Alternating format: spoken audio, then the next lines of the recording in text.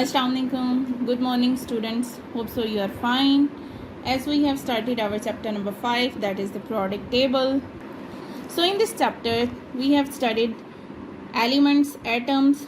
What is atom? What is an element? What is periodic table? What is mass number? What is atomic number? We studied the properties of periodic table, that is the group and the period are present in the periodic table, how many groups, how many periods are over there.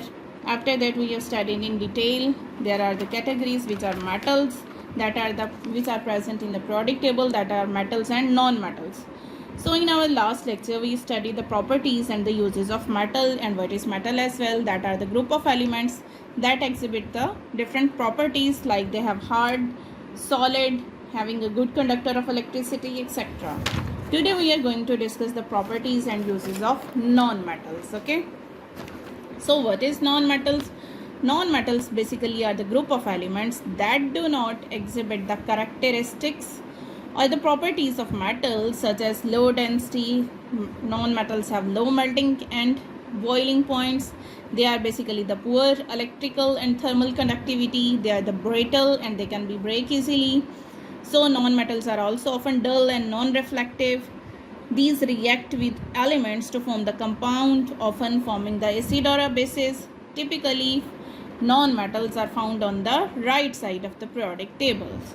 So now going to discuss their properties one by one. As graphite is a form of carbon, so it is mixed with a clay to use in a lead pencils. Diamond, this is also the example of non-metal, is another form of a carbon. It is basically the hardest matter on the earth. So it is used to cut the glass. It is also a shiny matter, and this is diamond is also, as you better know, that used in a jewelry. Phosphorus is, we have another non-metal that is used in match industry. You can see that they can be made to make the matchstick. Hydrogen, when burnt with oxygen, gives the very hot flame which is used for the cutting and welding metals. Hydrogen is also used for the manufacture of basmati ghee and form vegetable oils.